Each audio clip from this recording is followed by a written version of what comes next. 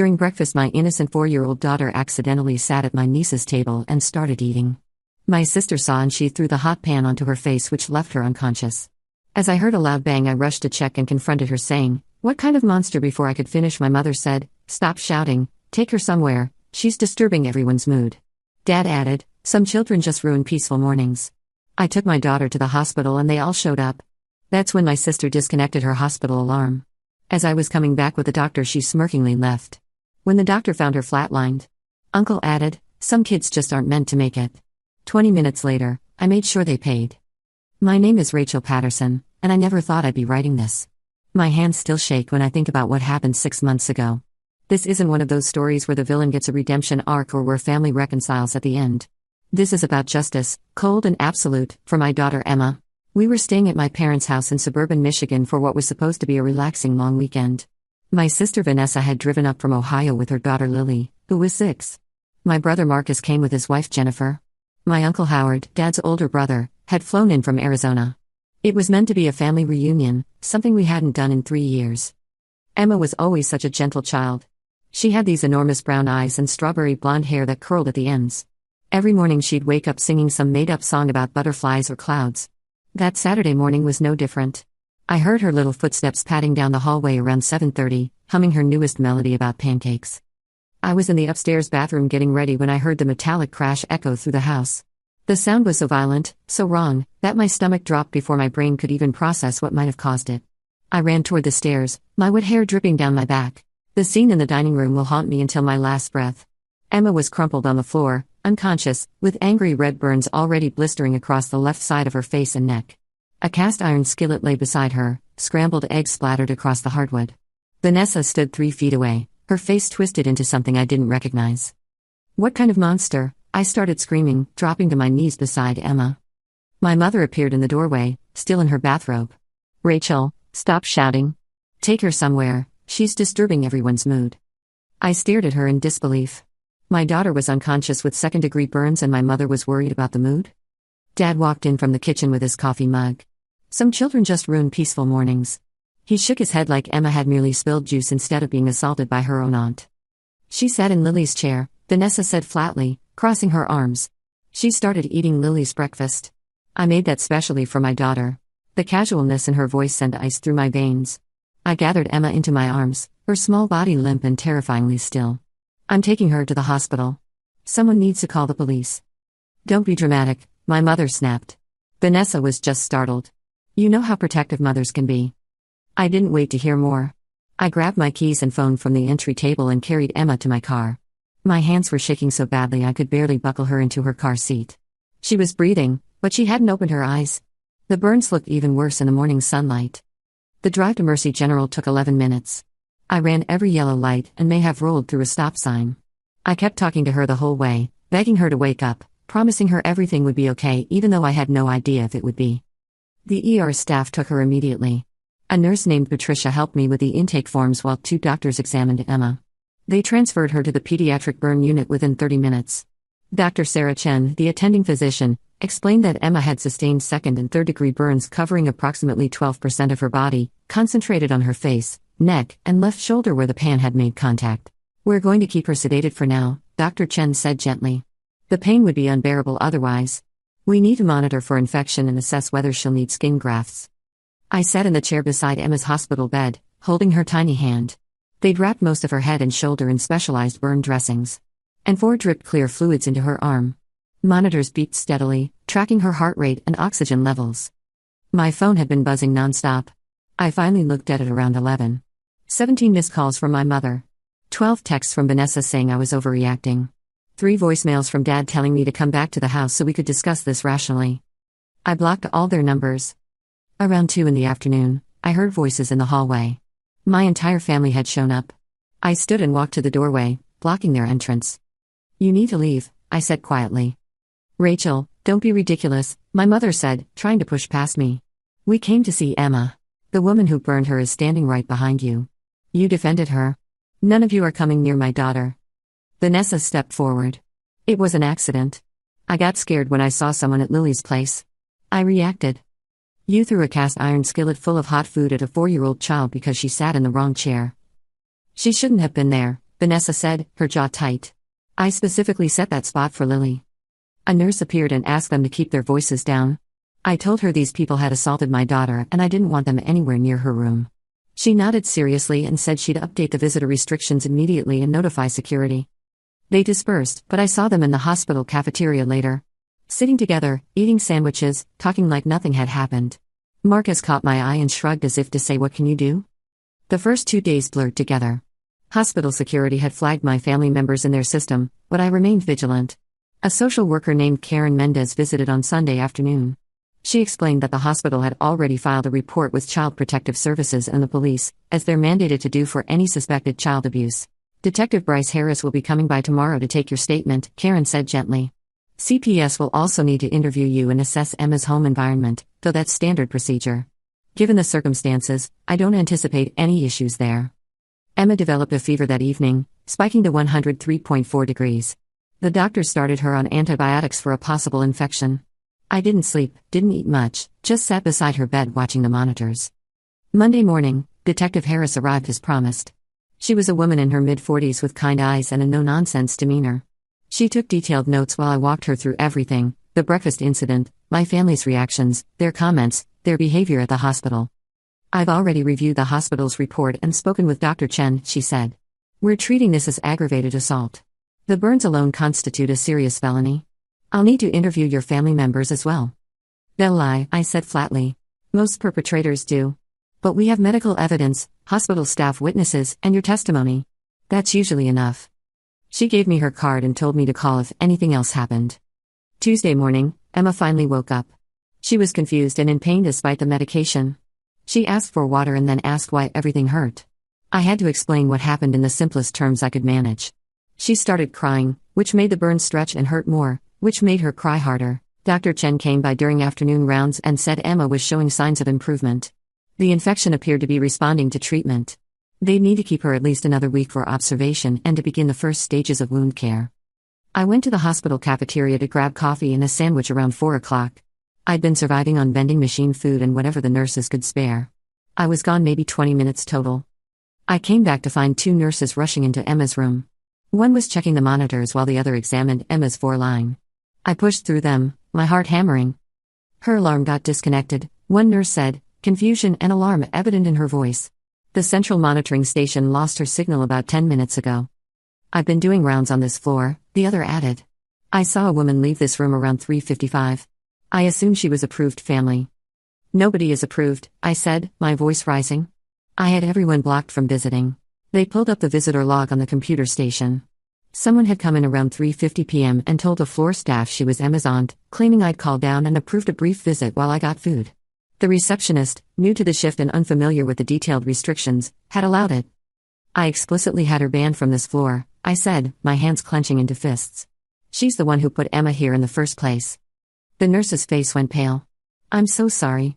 The note in the system wasn't flagged prominently enough. This is a serious security breach. I ran into the hallway and caught a glimpse of Vanessa near the elevators. She looked back at me with this smirk, this satisfied little smile, before the doors closed. I ran back to Emma's room where Dr. Chen had arrived.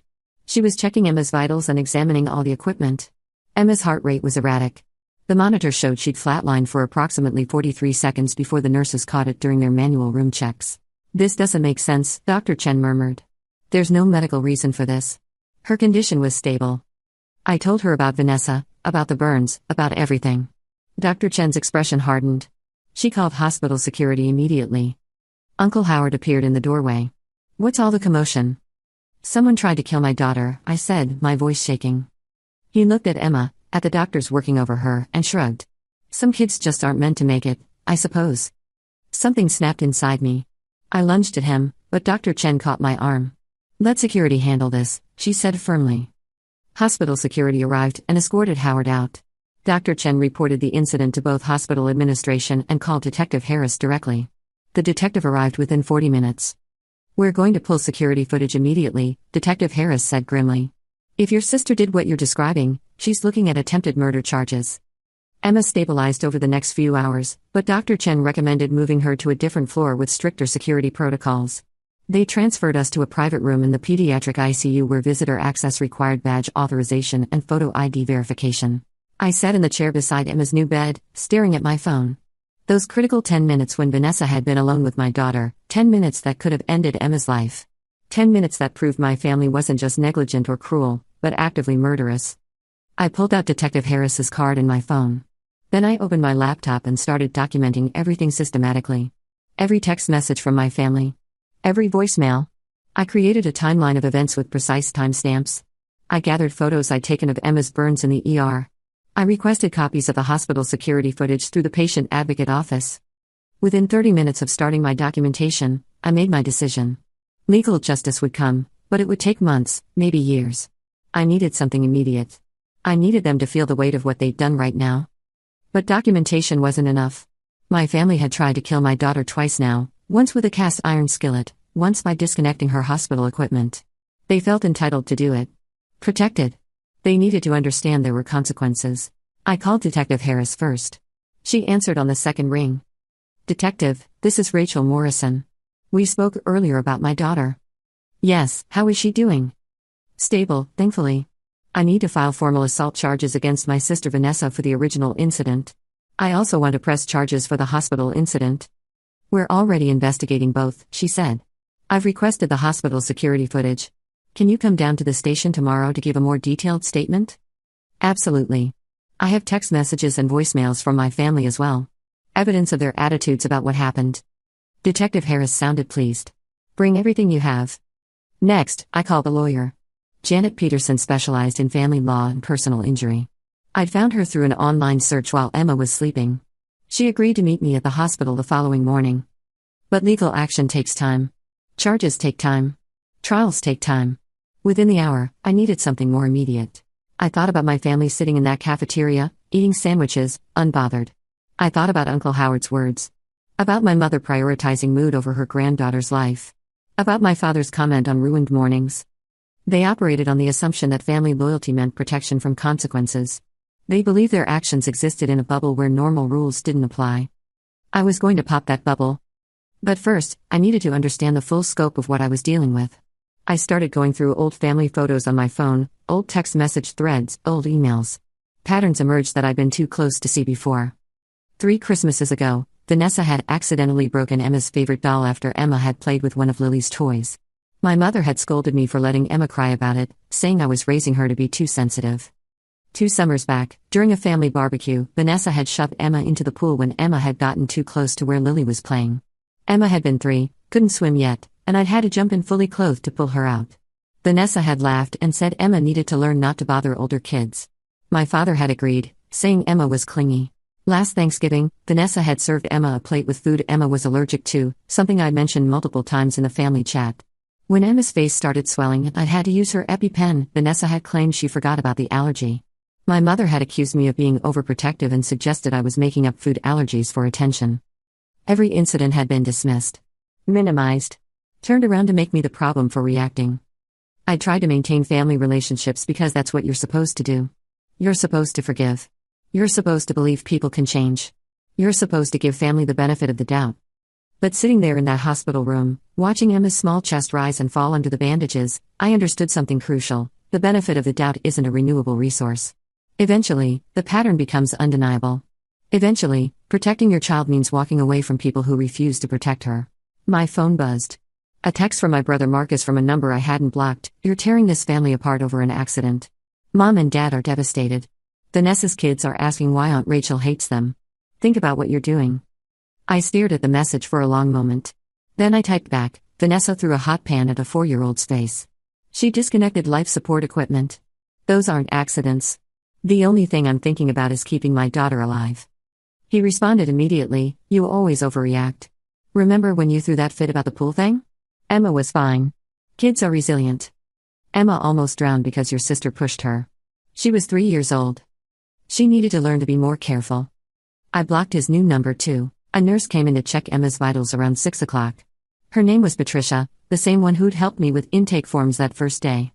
She'd been especially kind, bringing me coffee and crackers when she noticed I wasn't eating. "How are you holding up?" she asked gently while adjusting Emma's for. "I'm managing," I said, which was a lie. I was operating on fury and adrenaline, running on maybe 4 hours of sleep in 3 days. Patricia glanced at the door, then lowered her voice. I saw what happened with the visitor log earlier. I wanted you to know, I reported it up the chain. What that woman did, coming in here and tampering with equipment, that's not just against hospital policy. That's criminal. We take patient safety seriously. Thank you, I said, my throat tight. I appreciate you saying something. I have a daughter, Patricia said simply. If anyone did to her what was done to yours, I'd burn the world down. You do what you need to do. After she left, I thought about her words. Burn the world down. Maybe that's exactly what I needed to do. I pulled up my laptop again and started researching. Michigan's mandatory reporting laws. Parental liability statutes. Civil litigation precedents for assault cases involving minors. Criminal charges for failing to render aid. Hospital negligence protocols. The more I read, the angrier I became. My parents weren't just morally culpable, they were legally obligated to help Emma or at minimum call 911. Instead, they told me she was disturbing the mood. That's not just cruel, it's criminal neglect.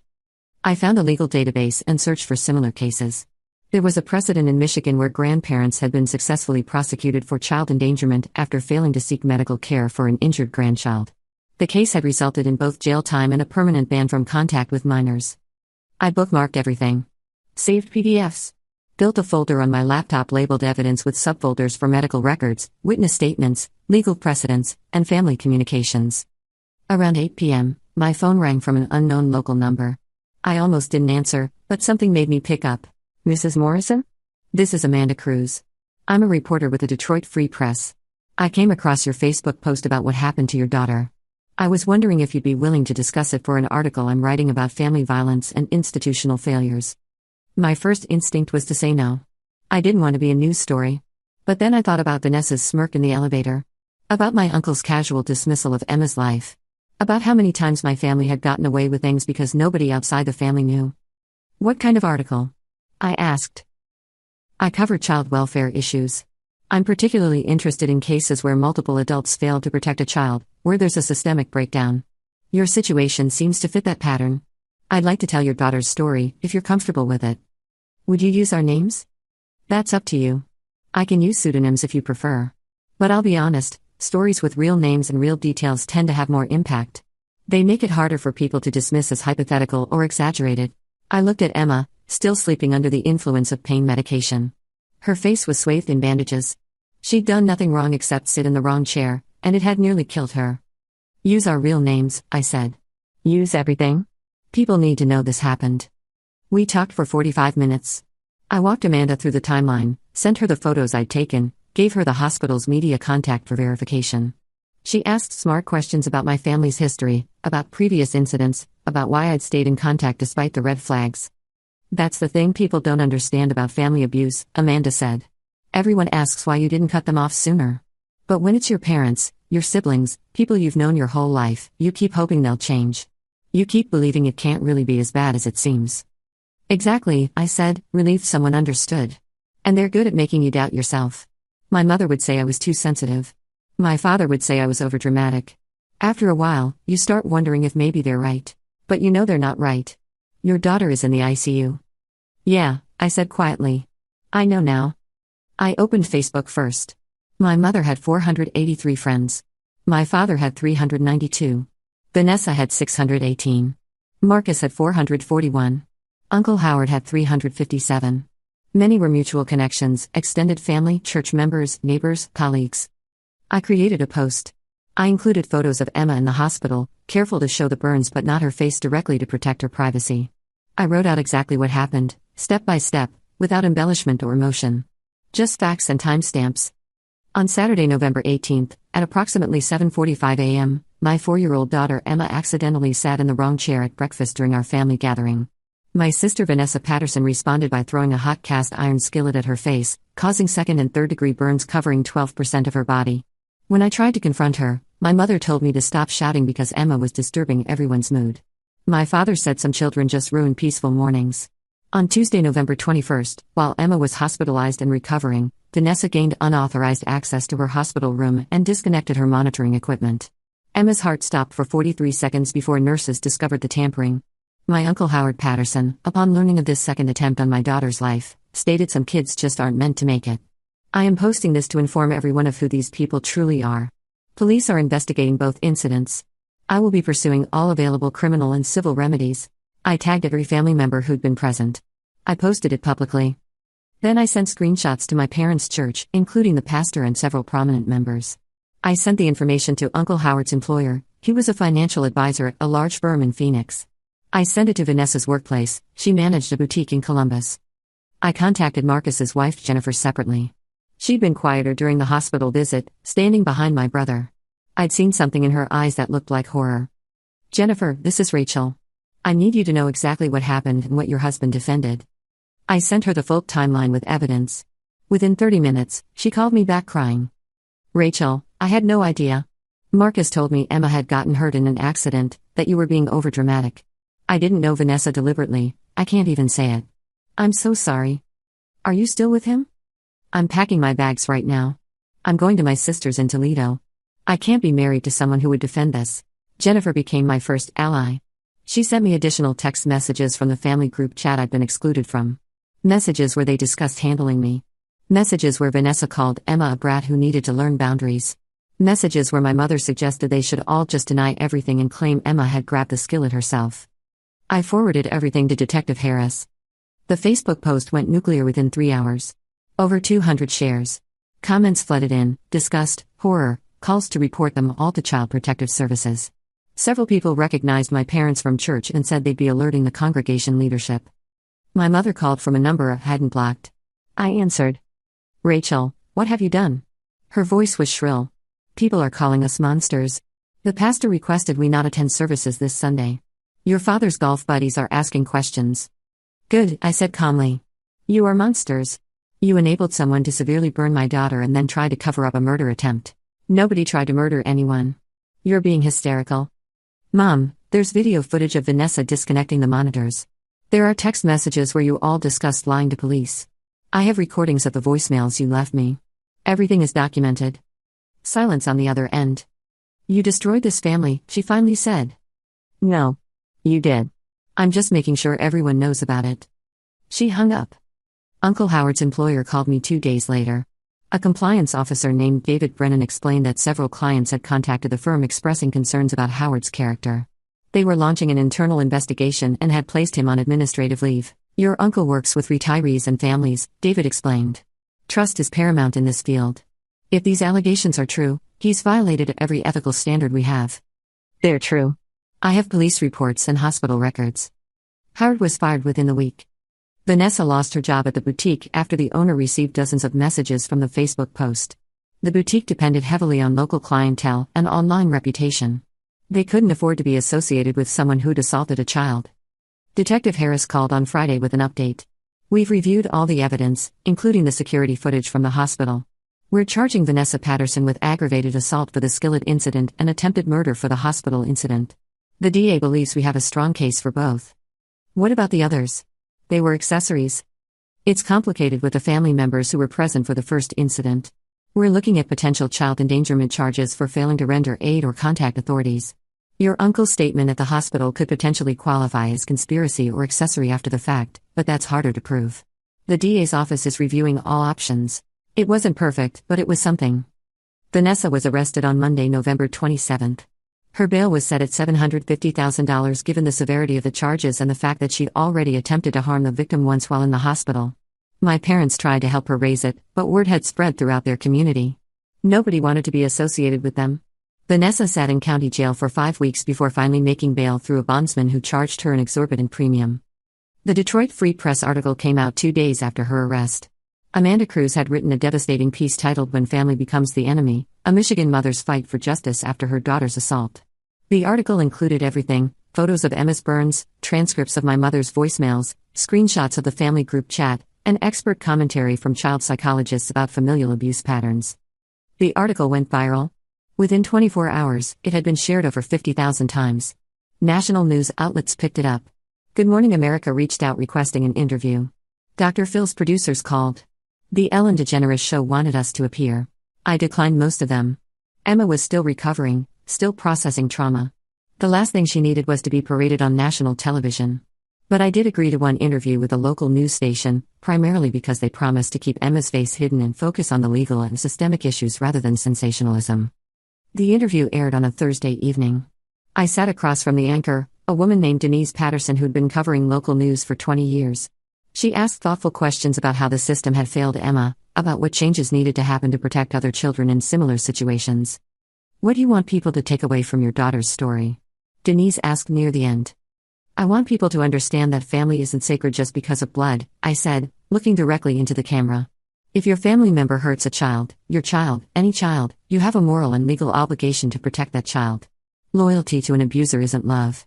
It's complicity." The segment ended with information about how to report child abuse and resources for families dealing with domestic violence. My phone exploded after the broadcast. Hundreds of messages from strangers sharing their own stories of family abuse, of relatives who got away with hurting children because nobody wanted to break up the family. Some were supportive. Some accused me of being vindictive. One message from a woman named Susan particularly struck me. "My brother did something similar to my son 12 years ago. I chose family peace over pressing charges. My son hasn't spoken to me in 8 years and I don't blame him. You're doing the right thing." The publicity had unintended consequences. Someone recognized my parents at a grocery store and confronted them in the produce section. According to witnesses, a young mother with 2 kids approached my father and said, "You're the grandfather who let that baby get burned. You should be ashamed." Other shoppers joined in. My parents left their cart and hurried out. Good. They deserved to feel uncomfortable. They deserved to be recognized and judged. My father's employer, he worked part-time as a consultant for a construction firm, quietly let him go. The company's HR director called to inform me they'd received numerous complaints from employees who didn't feel comfortable working alongside him. "We have a zero-tolerance policy for child endangerment," she explained. "Even if the charges are pending, the court of public opinion has spoken." My mother lost her book club, her bridge group, and her place in the local garden society. Membership committees voted to remove her, citing conduct incompatible with our values. She tried to fight it, threatened to sue for discrimination, but her lawyer advised against it. Any lawsuit would just bring more attention to what she'd done. The social consequences were working exactly as I'd hoped. These people had built their entire identities on being upstanding community members. They cared deeply about appearances, about reputation, about what the neighbors thought. Destroying that mattered to them more than any legal penalty ever could. But I wasn't satisfied yet. Criminal charges were pending, yes, but I wanted more. I wanted them to understand viscerally what they'd done. I wanted them to feel a fraction of the fear and helplessness Emma had felt. My parents were charged with child endangerment and failure to report child abuse.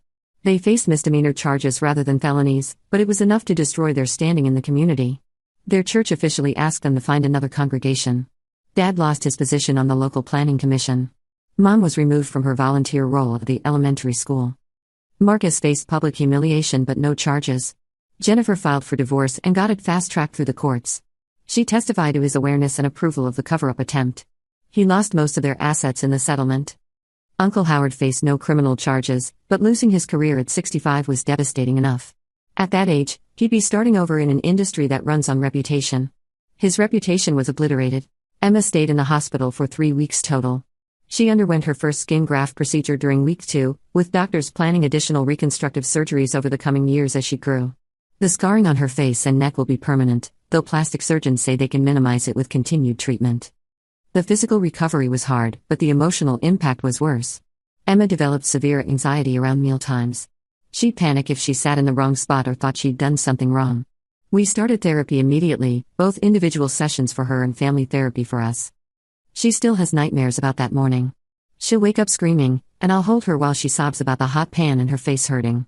She asks me why Aunt Vanessa hurt her, why Grandma and Grandpa didn't help, why anyone would do that to a little girl. I don't have good answers. How do you explain to a 4-year-old that some people are cruel? That even family can be monstrous? That the adults who should have protected her chose themselves instead?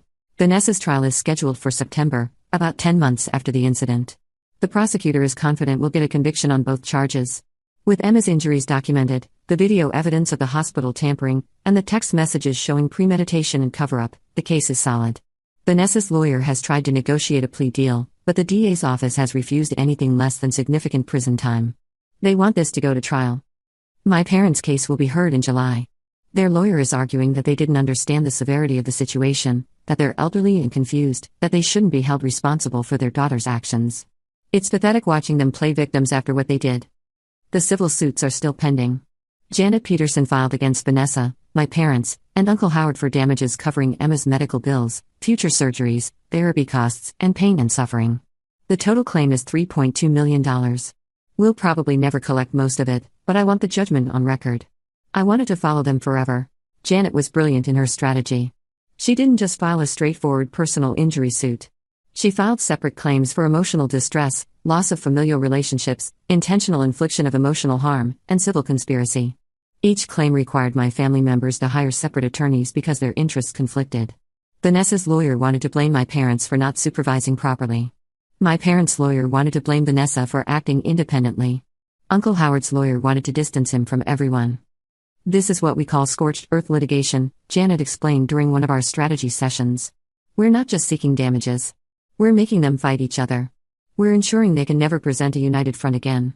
Every deposition, every discovery request, every motion, it's designed to expose their dysfunction and force them to betray each other to save themselves. During Vanessa's deposition, her lawyer tried to argue she'd been under extreme stress, that Lily had special dietary needs, that she'd reacted out of protective maternal instinct when she saw Emma at Lily's place setting.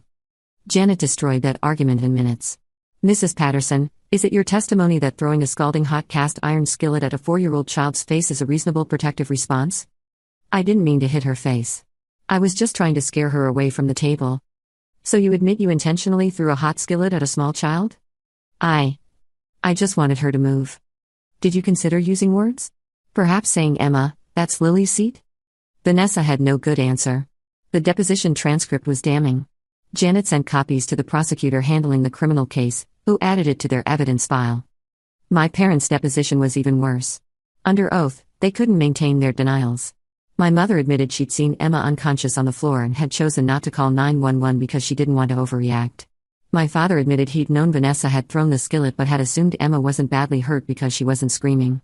Mr. Patterson, your granddaughter was unconscious, Janet said coldly. She had visible burns on her face. At what point does a child's injury become severe enough to warrant calling emergency services? I don't know, he mumbled. I thought Rachel was handling it. By handling it, you mean you allowed your daughter to carry an unconscious, severely burned child to her car alone while you finished your coffee? He didn't answer. The most surprising development came from my father's side of the family. His sister, Aunt Caroline, reached out 3 weeks after everything happened. She'd seen the Facebook post through a mutual connection. Rachel, I'm so deeply sorry, she said over the phone. I had no idea you were dealing with that. Your father and I haven't spoken in years because of similar issues. He's always believed family loyalty means covering for each other's worst behavior. She connected me with other relatives I'd lost touch with, cousins, second cousins, family friends who'd distanced themselves from my parents over the years. A pattern emerged. My parents had a history of protecting Vanessa from consequences, of minimizing her aggressive behavior, of prioritizing appearances over reality. One cousin, Michelle, told me about a Thanksgiving 15 years ago where Vanessa had pushed her down the stairs during an argument. Michelle had been pregnant at the time. She'd miscarried 3 days later. My parents had convinced everyone it was an accident, that Michelle was clumsy, that making accusations would tear the family apart. Vanessa had never faced consequences for that either. Learning this history made me feel simultaneously validated and enraged. How many people had my sister hurt? How many times had my parents enabled her? How many victims were told to be quiet for the sake of family harmony? Emma is still 4 years old. It's been 6 months since that November morning, and her 5th birthday is coming up next month in June. We've been planning a small celebration with just a few close friends, people who've supported us through this nightmare. She started pre-K with an IAP that accounts for her anxiety and medical needs. We enrolled her in a small private program that specializes in children with trauma histories. The other kids ask about her scars sometimes. She's learned to say I got hurt, but I'm okay now, which her therapist taught her. She's still sweet, still gentle, still makes up songs about butterflies and clouds. But she's also more cautious now. She asks permission before sitting down anywhere. She flinches if someone moves too quickly near her. She watches people carefully, looking for signs they might hurt her. I hate what they stole from her. That easy innocence, that assumption of safety, that trust in family. She's almost 5 years old and already knows people can be cruel for no reason.